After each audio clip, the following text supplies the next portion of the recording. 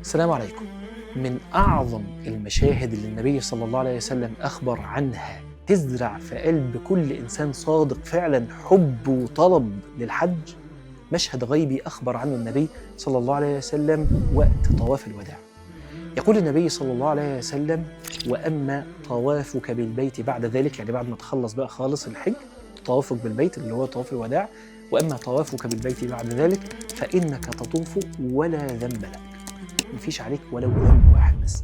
بعد كده يقول النبي صلى الله عليه وسلم، يقول: يأتي ملك يضع يديه بين كتفيك ويقول: اعمل فيما تستقبل فقد غفر لك ما مضى.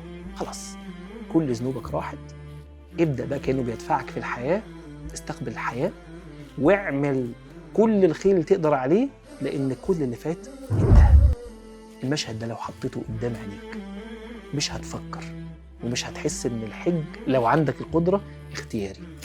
حج بسرعة.